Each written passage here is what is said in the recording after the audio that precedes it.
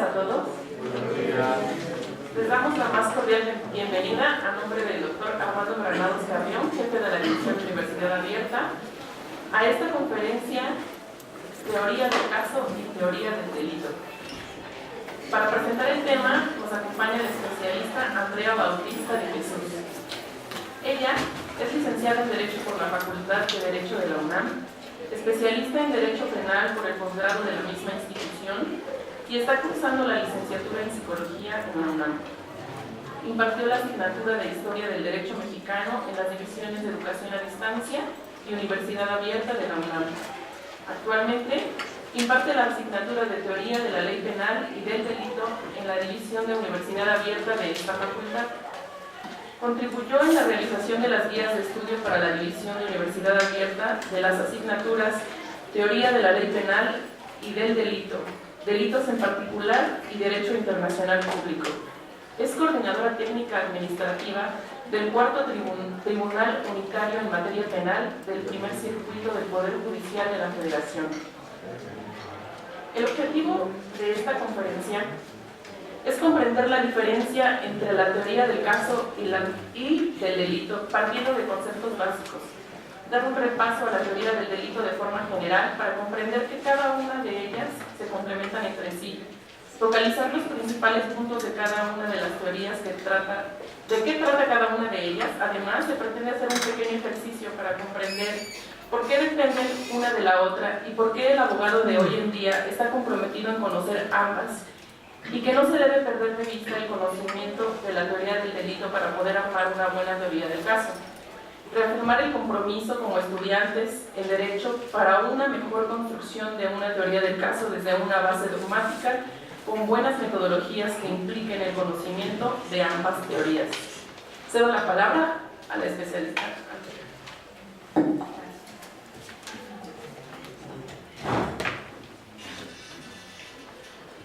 Buenos días. Primero quiero agradecer a las autoridades de la facultad precisamente por abrir estos espacios, porque aunque tengamos nosotros la asignatura, muchas veces estos temas no se ven por la falta de tiempo o por alguna otra cosa. Yo creo importante tocar este punto precisamente porque es un tema que, si bien es cierto ya no es tan nuevo, tiene muchísima relevancia. Explico por qué. Primero, en un inicio, cuando fue la reforma en junio de 2008 de la reforma penal, se planteó la idea de un cambio de sistema. El cambio de sistema o en eso nació el sistema penal acusatorio. ¿De qué va el sistema penal acusatorio?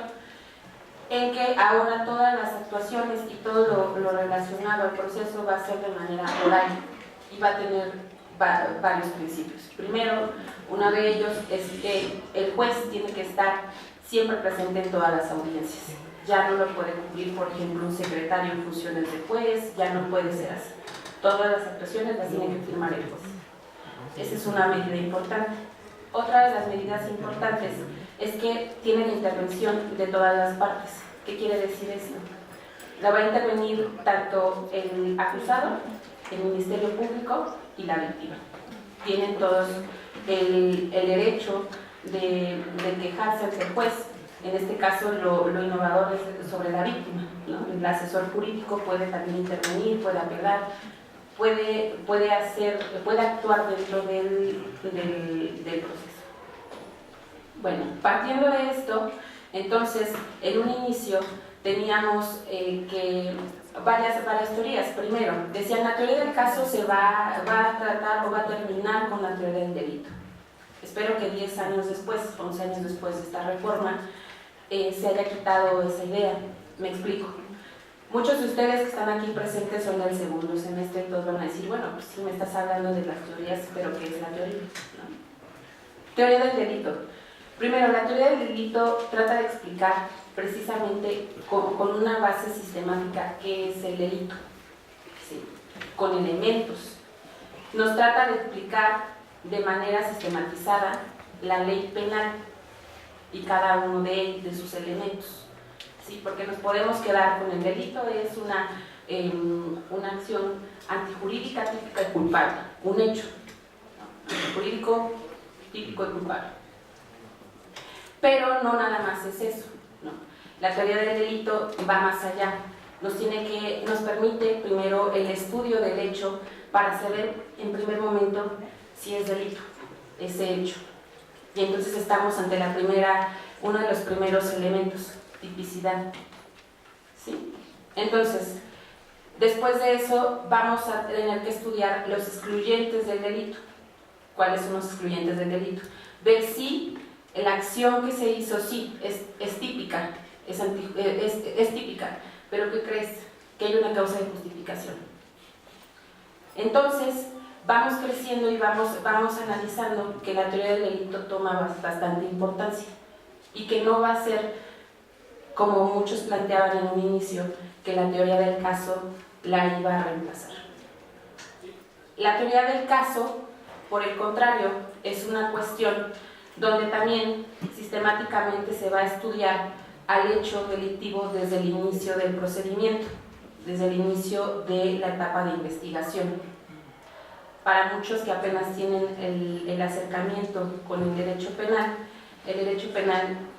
las etapas del procedimiento son etapa de investigación, etapa intermedia y juicio oral. Entonces, partimos. Y por eso yo tomé este tema justamente para aclarar estos puntos. Primero, la teoría del delito va a atender a la cuestión del derecho subjetivo, es decir, todo lo que les platicaba yo en clase, el catálogo de delitos, ¿no? Entonces vamos a ver desde ese ámbito los principios que nos atañen y más importantes, que sería el principio de legalidad, el principio de lo que es la cuestión del principio de inocencia para la teoría del caso, perdón. Tipicidad de primer momento. Entonces, quedamos que la teoría del delito es el estudio precisamente para saber si ese hecho es delictivo. Ya lo tenemos, atiende al derecho sustantivo, atiende a los principios del derecho sustantivo, lo que vemos todos en teoría del delito precisamente. Sabemos que ese hecho fue un hecho delictivo y posteriormente lo vamos a llevar a la etapa adjetiva, a la etapa procedimental. Y entonces aquí es donde nace la idea de la teoría del caso. Todo esto, ¿con qué función? Dicen, bueno, tenemos un hecho delictivo y entonces vamos a estudiarlo desde la carpeta de investigación. La teoría del caso tiene una estructura. La estructura debe de ser fáctica, jurídica y probatoria. ¿Por qué hago la relación entonces de teoría del caso y teoría del delito? Si bien es cierto, dijeron todos cuando se hizo la reforma en materia penal, dijeron, bueno, ya tenemos la respuesta a todos nuestros problemas. Ahora le vamos a apostar justamente a que el derecho penal, o la parte de la aplicación del derecho penal va a estar cubierta con los juicios orales, y entonces nos trajeron unas ideas un poquito norteamericanas en un inicio. De hecho, hasta me llamaba la atención cuando hacían cursos justamente de litigación penal, y le dieron una versión, no sé si muchos lo escucharon, una versión un tanto más argumentativa que jurídica. ¿A qué me refiero con esto? Decían y se confundía mucho que la teoría del caso era finalmente el alegato de apertura, y no es así. La teoría del caso se construye desde el primer momento en el que se tiene la noticia del hecho delictivo, ¿sí? Entonces, desde ahí estamos con la primera fase de la teoría del caso, fáctico. ¿Qué quiere decir fáctico? Son los hechos reales, lo que está pasando. Tengo un occiso, ahí está, ese es mi primer hecho fáctico. Se va a iniciar una investigación. ¿Por qué se va a iniciar una investigación? Y entonces viene la parte jurídica. Porque alguien lo privó de la vida, hubo un delito. Y entonces viene la teoría del delito. Y es ahí la importancia que cobra, y lo que yo quiero resaltar, que no podemos prescindir de la teoría del delito para la construcción de la teoría del caso. Entonces, cada una de las partes va a tener una intervención y va a construir a partir de ese hecho la teoría del caso desde un inicio. ¿A qué me refiero? Ministerio Público desde un inicio va a decir, ¿sabes qué? Yo encuentro no sé, a Juan Pérez culpable del delito de homicidio. ¿Por qué? Porque justamente varias personas, María, Esmeralda, lo vieron disparar un arma de fuego en contra de él. ¿Sí? Entonces ahí van los tres: fáctico, jurídico y probatorio. ¿Por qué probatorio? Tenemos las testimoniales de María y de Esmeralda. ¿Sí? ¿Pero qué creen? Que entonces el Ministerio Público construyó una teoría del caso incompleta. ¿A qué me refiero? Va a la defensa y también va a construir una teoría del caso en la que va a decir, sí, efectivamente, Juan Pérez le disparó al occiso y María y Esmeralda los vio. ¿Pero qué crees? Que estaba justamente en la casa del occiso. Llegó para robar. Entonces vamos a estudiar una causa de justificación, que en este caso sería legítima defensa. Entonces, la importancia de estudiar la teoría del delito dentro de la teoría del caso es precisamente esta cuestión de la parte jurídica. No nos podemos quedar con la versión norteamericana, que nos dijeron que solamente hay que argumentar, hablarle bonito al juez, empezar con una buena frase poética de los hechos. Sí, porque eso es lo que hacen en los cursos. Dicen, cuando empieces una teoría del caso, vas a empezar de manera poética para llegar a los sentimientos del juez, y entonces el juez vas a capturar su atención.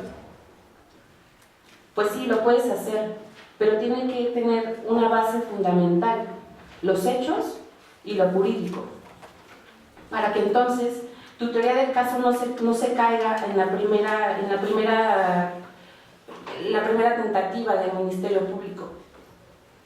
Entonces, nosotros estudiamos precisamente, y por eso la importancia, cuando ustedes escuchen que digan que el sistema penal acusatorio es la respuesta a todo y que va a desplazar a todas las teorías que nosotros conocemos, en ese momento se levantan y se van, porque no es cierto.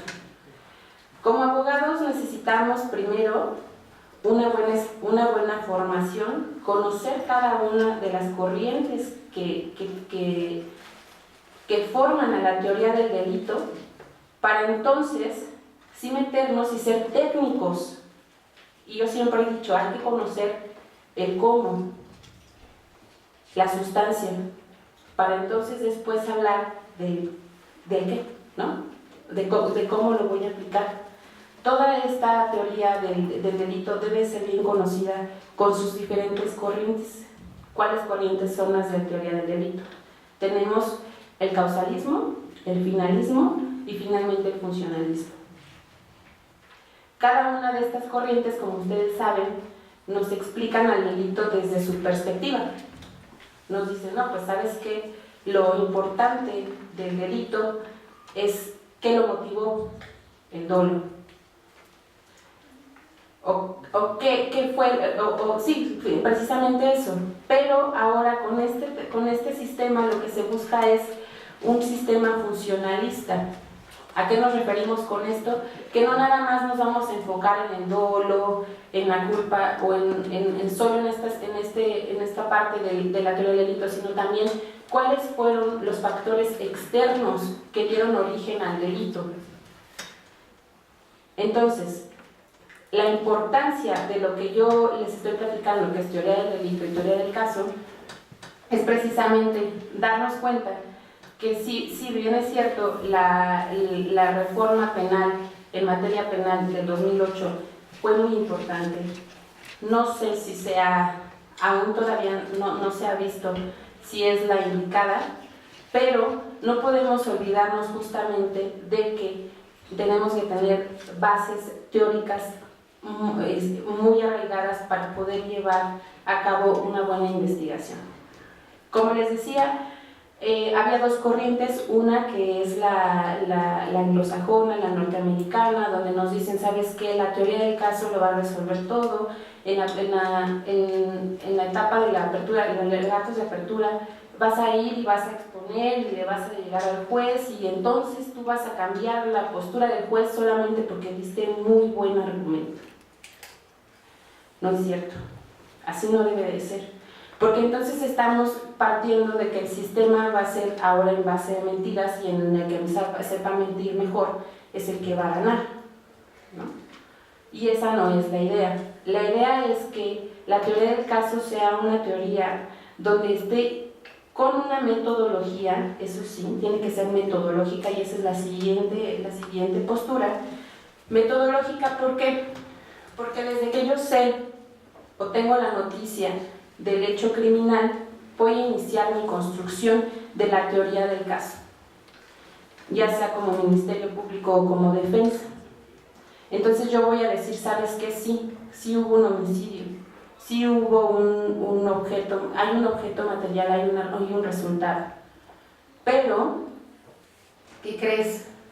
Que una de las cosas, y esto también es importante, porque decían, bueno, también se le va a quitar importancia a la teoría del delito, porque ahora el Ministerio Público, cuando quiere imputar una responsabilidad a alguien, solo necesita dos elementos. Uno, que sea un hecho que aparentemente sea delictuoso, primero, y el otro es que haya una persona que esté probable o que sea probable responsable.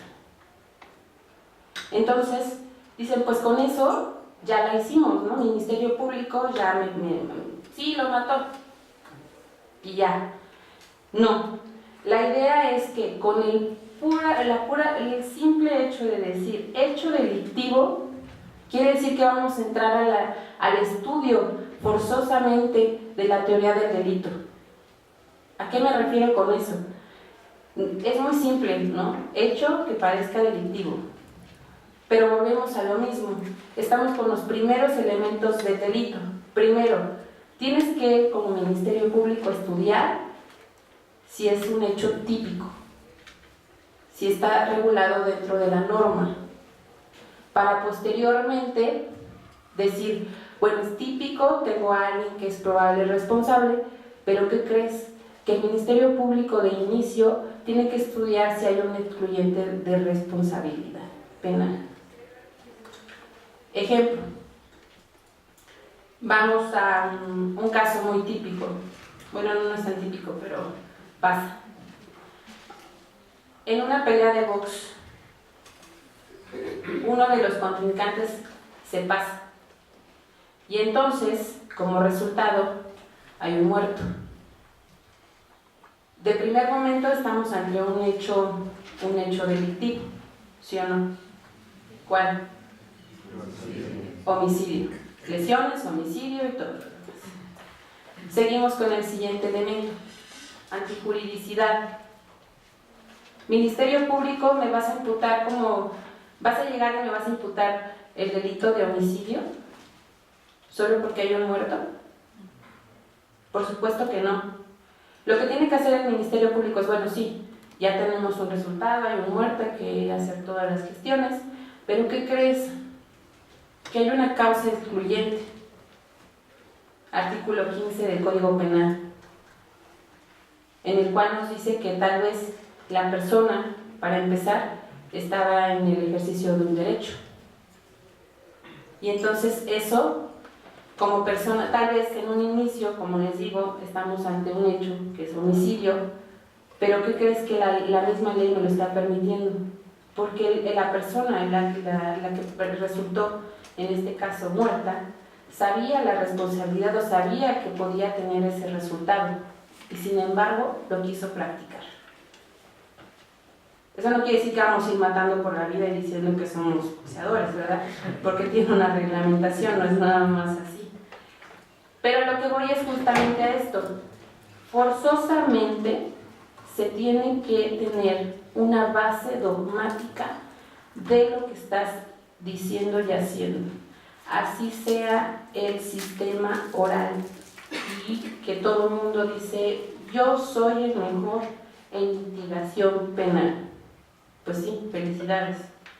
Pero si no sabes teoría del delito, jamás vas a poder construir una teoría del caso que te dé como resultado una penalidad justa. No burlar al sistema, porque no estoy hablando de eso. Muchos también lo toman como el sistema penal lo que está buscando es burlar al sistema y entonces nosotros vamos a tener una sentencia absolutoria porque yo sé litigar estratégicamente y voy a mentir al juez. Mentira. Lo que se está buscando es sí, el sistema penal acusatorio está apostando por los medios alternativos de solución de controversias, eso sí es cierto. Terminar antes de llegar al juicio oral. Y entonces buscar reparación del daño y una multa en vez de una sanción corporal, sí es cierto.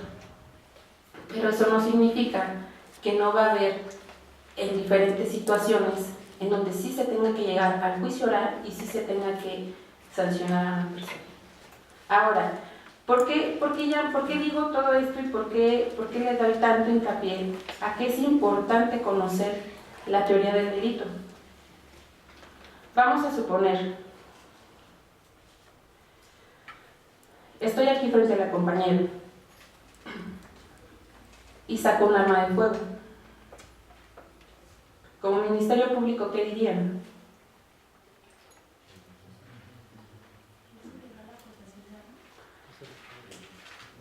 ¿Y ya comprobaste qué arma tengo? ¿Ya comprobaste si tengo permiso?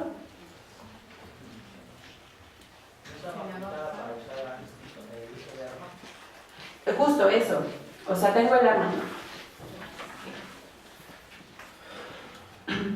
Primera cosa que deben hacer, el primer trabajo que tienen que hacer como Ministerio Público, que es, sí, de momento es un hecho delictivo, ¿no? La maestra sacó un arma, corran todos, menos la compañera, porque la estoy aquí apuntando, ella sí no puede correr. Entonces, de momento dicen, no, pues es que estamos ante un hecho delictivo. ¿Qué es lo que va a acreditar que ese hecho sea delictivo? Que se cometa el acto antijurídico. ¿Y cómo lo vas a probar? El objeto material lo tengo.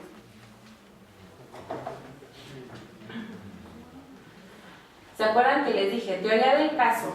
Tiene que tener tres situaciones. Fáctico, el hecho. Saqué el arma. Jurídico. Es un arma, o sea, la aportación de armas de por sí está prohibida, ¿no? A menos que tengas un permiso. Y entonces viene la otra, probatoria. Como Ministerio Público, mi trabajo es aportar pruebas que refuercen las dos anteriores.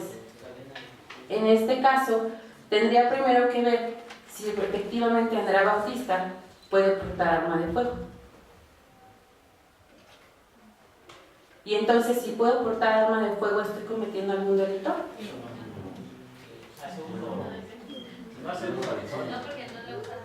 No lo he usado.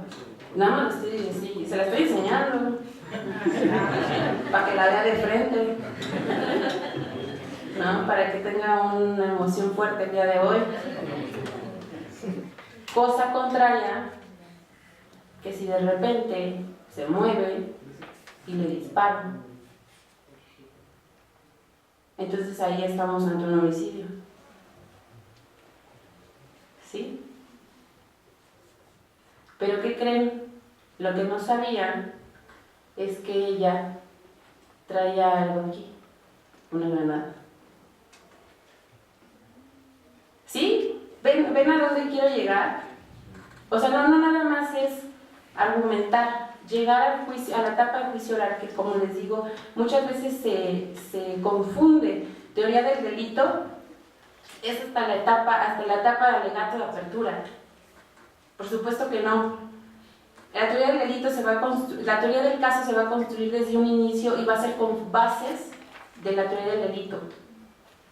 No puedo imputar, no puedo hacer una acusación al Ministerio Público sin saber primero qué es el delito que estoy combatiendo. No puedo imputar a una persona solo porque conozco estos hechos. Tengo que vincularlos. ¿Se acuerdan en la clase que les dije? Sí, muy fácil, voy caminando, encuentro un muerto, pero ¿qué nos falta? Nexo causal. Y entonces también comprobar culpabilidad. Y entonces hablar acerca de si hubo dolo, si hubo culpa, si hubo una omisión, si es acción. Toda esta situación, si nosotros no lo dominamos como operadores jurídicos, jamás vamos a tener una teoría del caso que nos lleve a una verdad, sino más bien vamos a llevar a una teoría del caso a medias. Ok, entonces vamos a empezar, porque apenas vamos a empezar. En que quedamos que la teoría del delito es un estudio dogmático del orden jurídico, ¿no? Vamos a estudiar los principios, vamos a estudiar los ámbitos que esto conlleva, que son lugar, modo, tiempo. Posteriormente vamos a estudiar los principios y entonces ya empieza la legalidad, el tipo, todo lo que hemos revisado, y entonces vamos a ver que es una síntesis conceptual de todos los elementos que integran al delito, y en este caso, ¿cuáles son los que integran al delito? Conducta, tipicidad, antijuridicidad, culpabilidad. Conociendo todo esto, vamos a ver que hay bastantes criterios, y entonces ya partimos: sustantivo, teoría del delito, conocer cada una de las partes de la teoría del delito, las diferentes corrientes de la teoría del delito, ya les dije, funcionalista, finalista y causalista. Ya que conocimos todo esto, ya que sabemos el cómo, entonces vamos a tener un criterio para una interpretación de lo que está pasando, el hecho.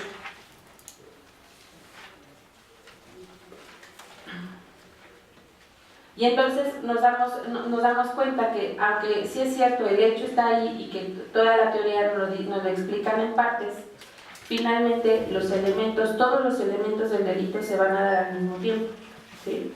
Vamos a estudiar todos al mismo tiempo. Primero, desde que si hay culpabilidad, dolo, es imputable, si es antijurídico, si es típico, toda esta situación. Y entonces, ya teniendo encuadrado todo esto, entonces sí podemos ya ver la estrategia y técnica de litigación, como les comentaba, lo de la teoría del caso. Ahora, es importante también tener muy presentes el artículo 29 del Código Penal Federal. ¿Qué nos dice el Código Penal Federal? Son todos los excluyentes del delito. No sé si recuerdan algunos de ustedes, los que están en clase y los que no, que los elementos del delito se dividen en positivos y negativos. Entonces, dentro de los negativos es donde el artículo 29 justo considera cada uno de estos excluyentes o causas de justificación del delito. Puede ser que estemos en un error vencible, estemos en un error de tipo, legítima defensa, estado de necesidad, ejercicio de un derecho, no sé, ¿cómo se llama? Perdónenme. La ausencia de conducta, desmayo, absoluta. ¿Sí?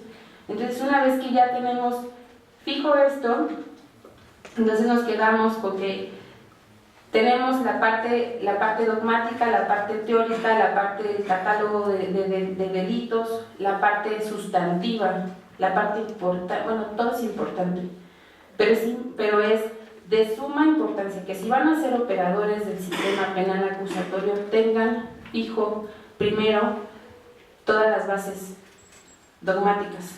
Y entonces saltamos, ya tenemos ¿Qué es la teoría del delito? ¿De qué va la teoría del delito? Es todo esto, son los principios, son las bases donde nos dice por qué es delito, todos los elementos, bla, bla, bla.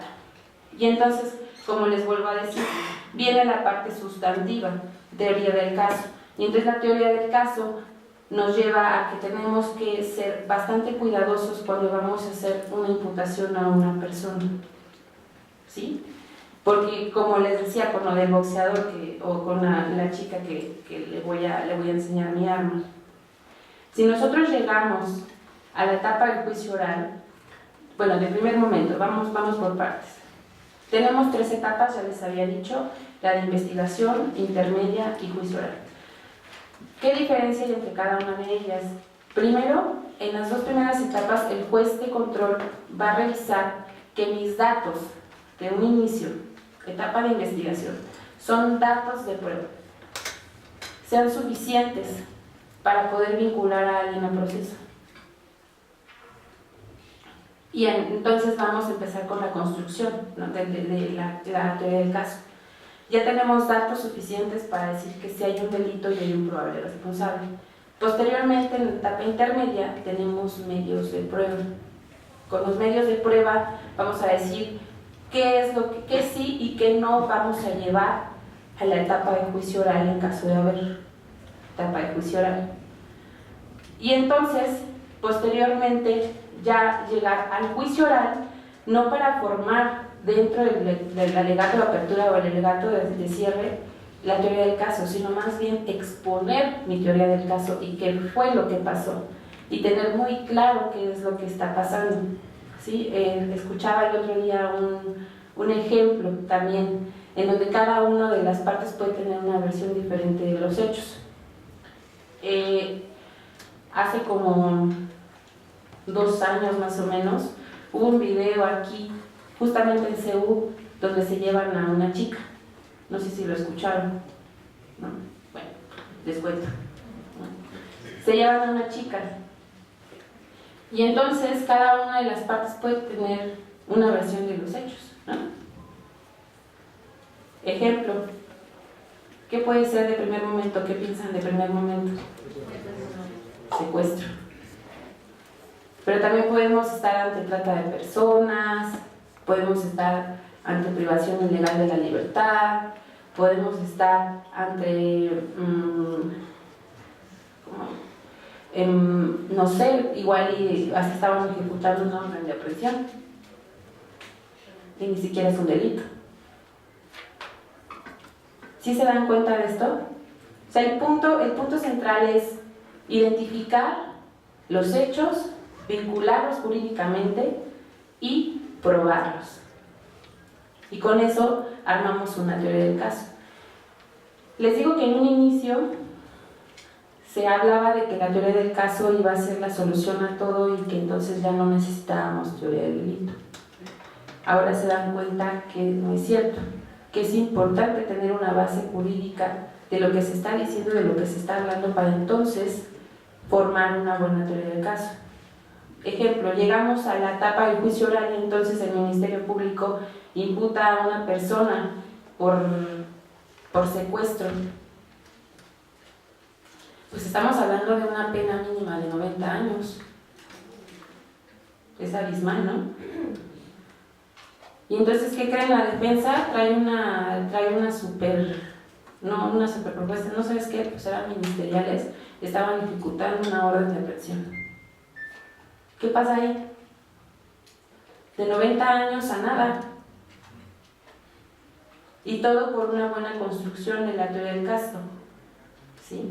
Donde ya no nos tienen por qué, o ya no sé, la verdad, últimamente ya no me he metido a esto de los cursos ni nada por el estilo, que todos dicen que la respuesta a todos nuestros problemas es la litigación oral y que vamos a ser muy buenos argumentadores y que la oralidad es lo principal para el abogado. Sí, estoy muy de acuerdo, pero también se tiene que estudiar para poder construir primeramente eso. Entonces, vas a llegar con el juez de oralidad, pero vas a llegar exponiendo todas estas situaciones. Sabes que sí, en las cámaras nos están diciendo eso, pero ¿qué crees? eran ministeriales, entonces estaban dando la orden de aprehensión. Sí lo mató, pero estaba dentro de la casa del de la persona del sujeto activo. Estaba intentando robar. Y entonces la persona lo que hizo fue privarlo de la vida, sí, pero en legítima defensa. Ok. ¿O qué crees? Un caso que me encanta, que siempre lo saco en las clases, es por ejemplo el del dentista en Veracruz, ¿no? Creo que no se los he platicado, pero bueno, ahorita lo hacemos rápidamente. Llegan dos rateros al consultorio del dentista, y entonces el dentista, en respuesta a esto, se defiende de uno de los dos, lo mata en el consultorio y va atrás del otro. Ahí en que estamos. Exceso de legítima defensa.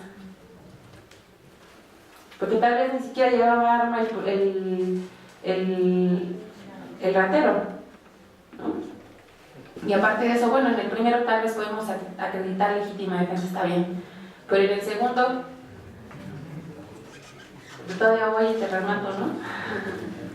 Por eso muchos se burlan justamente de esta situación de la legítima defensa en México, porque dicen que primero, pues para esperarnos a que tenemos que repeler una agresión real, es un poquito complicado, ¿no? Pero finalmente son las bases dogmáticas de nuestro sistema.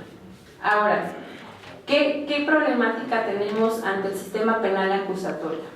Ya hablamos que la teoría del delito es muy importante, que la teoría del caso debe estar sumamente apoyada de la teoría del delito. Ya quedó muy claro, unos ya se están durmiendo porque ya les dio flojera la exposición, y así, ¿no? Bueno, ya quedamos muy claros. Pero ¿cuál es el problema que enfrentamos justamente con esto?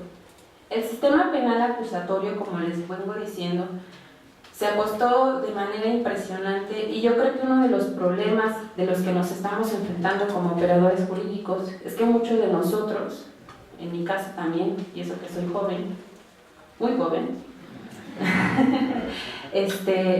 estudiamos al sistema penal anterior, ¿no? Entonces, primero, nos enfrentamos ante un cambio que, si bien es cierto, ya tiene 11 años, y eso también me causa así de, ay Dios, sí estoy joven, ¿eh? Pero estamos ante esto, 11 años del cambio de sistema, y aún muchas personas tenemos duda de cómo se va a aplicar, y más las viejas generaciones, ¿no? Que son ahorita las que están allá afuera luchando con todo esto, con todo este cambio. Y entonces después vienen personas que tratan de explicarnos cómo es que vamos a aplicar el nuevo sistema, que el sistema es muy bueno, y apostarle el todo por el todo al sistema penal oral. Yo creo que sí es muy bueno, es un buen cambio. La verdad es que no porque el hecho de cambiar de sistema vamos a decir, ya lo hicimos, y así como no mejor no digo nombres. Pero así como nos han lavado el cerebro de, pues ya con él va a cambiar todo, cuarta transformación. No por decirlo, ya se va a hacer. Es un proceso, primero. Y entonces tenemos que entender que para empezar, nuestro sistema, el sistema sustantivo, la sustancia, es una corriente romana germánica, escrita totalmente, sustancia.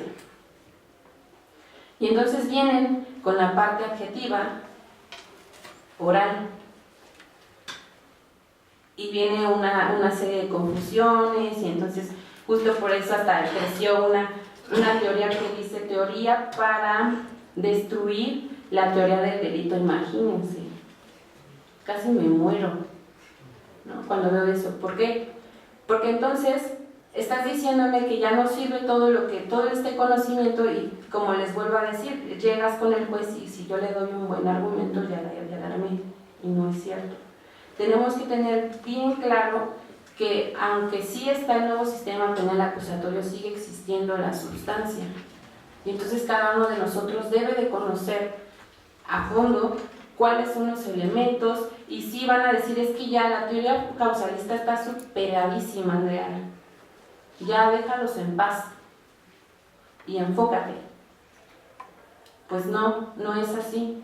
Si no conoces esas bases, no puedes llegar a una conclusión, y entonces no puedes decir por qué el funcionalismo tal vez esté bien o está mal. Y entonces ahí es donde entra toda esta confusión de las viejas generaciones, que me ha tocado ver, por ejemplo, en juicios donde el Ministerio Público todavía está muy casado con el sistema penal anterior, y entonces agarra y empieza. Artículo 220. Y te leen todo el artículo, ¿no? No manches. Y luego dicen, no, pues es culpable. Y pedimos la pena máxima. Sí, está bien, pero ¿qué más? Y eso es lo que busca justamente el sistema penal acusatorio. Sí, tienes la base, ya está, sí, ya. Tenemos robo, delito patrimonial, tenemos violación, tenemos, no sé, un defraudito. Pero ahora me lo argumentas y lo complementas.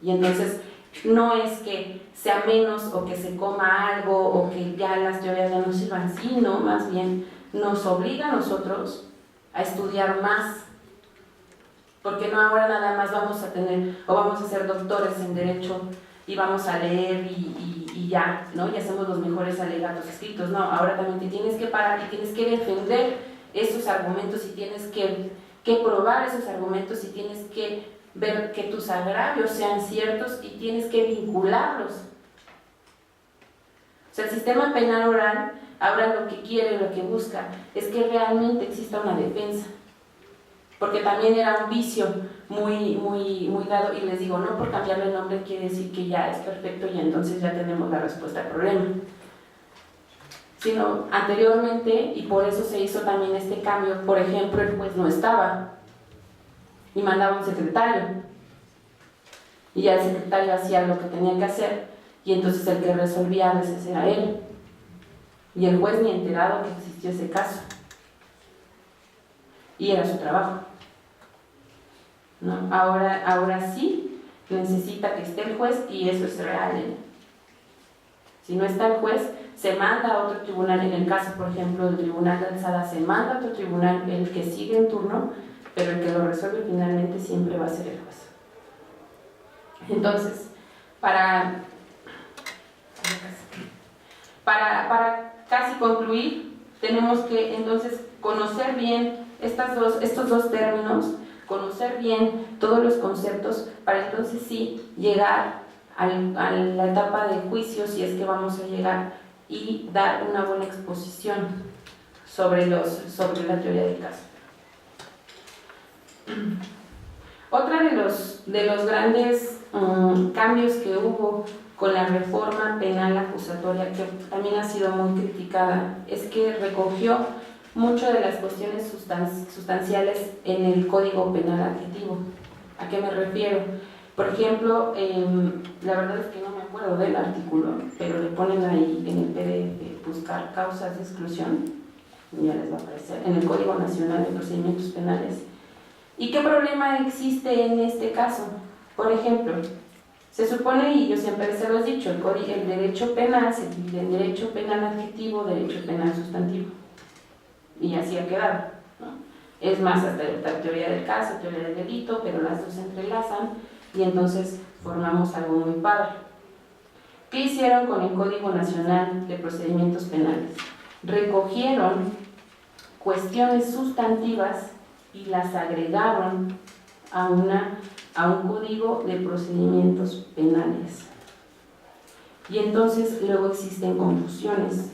En el caso de las causas de exclusión del delito, también las considera el Código Nacional de Procedimientos Penales. Es algo que deberían de reformar, y ojalá que me vea alguien importante cuando suban a la conferencia y lo tomen en cuenta. ¿Por qué? Porque esas no son cuestiones que se deben de recoger en un código de procedimientos adjetivo. sino que es una cosa que ya está considerada en el Código Nacional, en el Código Penal, en el catálogo de delitos. Como les digo, el cambio, que sí tiene ya 11 años, aún está, aún tenemos que estar en constantes cursos y todas estas cuestiones de ser operadores jurídicos y todo este proceso que se ha dado en los últimos años. Sí, pero tenemos que tener claro justo esto para no caer en lo que pasó con el Código Nacional de Procedimientos Penales. ¿Sí? Tener claro que sí, los dos dependen, teoría del caso justo en lo que estamos platicando, teoría del caso y teoría del delito deben de relacionarse, deben de ser compatibles y tener una armonía.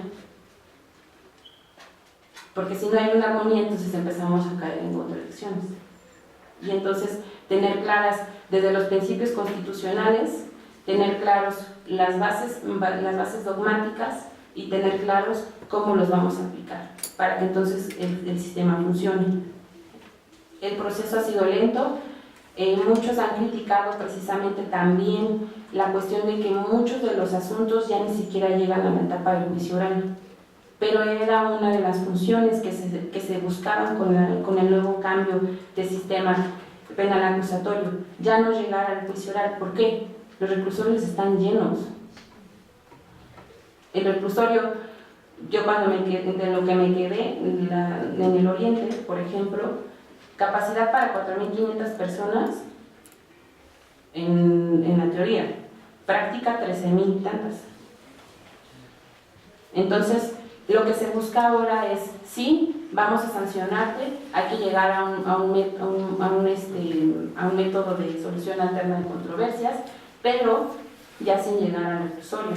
Quitarnos ese paradigma de que el derecho penal cárcel, ¿no? Y ya, no, que ahora derecho penal sea un poco más negociable, que no sé hasta qué punto sea bueno, eso lo vamos a saber posteriormente, hasta qué punto sea bueno, pero que realmente sirva como una forma de decir, estate quieto. Va a funcionar así, con métodos alternativos. Les digo, todavía no sé, muchos han criticado justamente, pero yo creo que la crítica no es hacia el sistema, sino más bien es hacia los operadores. Muchos hemos todavía crecido, justo yo digo que soy muy joven, pero hemos crecido con la cuestión de que, pues no hay bronca, ¿no? 2 días antes cambiamos de defensor, tú no te preocupes, ¿no? Y entonces llegamos y pues tómala, no conoces el asunto. Y entonces haces una teoría del caso horrenda. Y antes, no te preocupes, te paso un formato de agravios.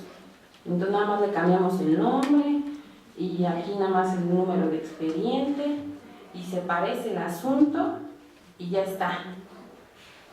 Entonces ahora la diferencia es que tenemos al juez enfrente y que ahora sí nos puede jalar las orejas y decirnos, oiga defensor, pues póngase a estudiar, ¿no?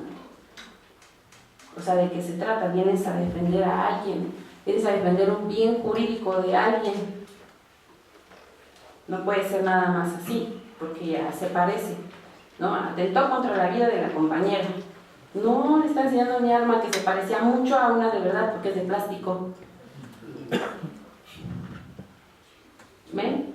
Entonces es muy importante esta situación. A mí lo que me preocupa, y de hecho ese es jalón de oreja para mis alumnos y para que todo el mundo lo vea, que va a salir en internet, es que lean, estudiar, aprender, conocer, para que entonces cuando veamos un caso, ya sea en las redes sociales, lo critiquemos pero con todo.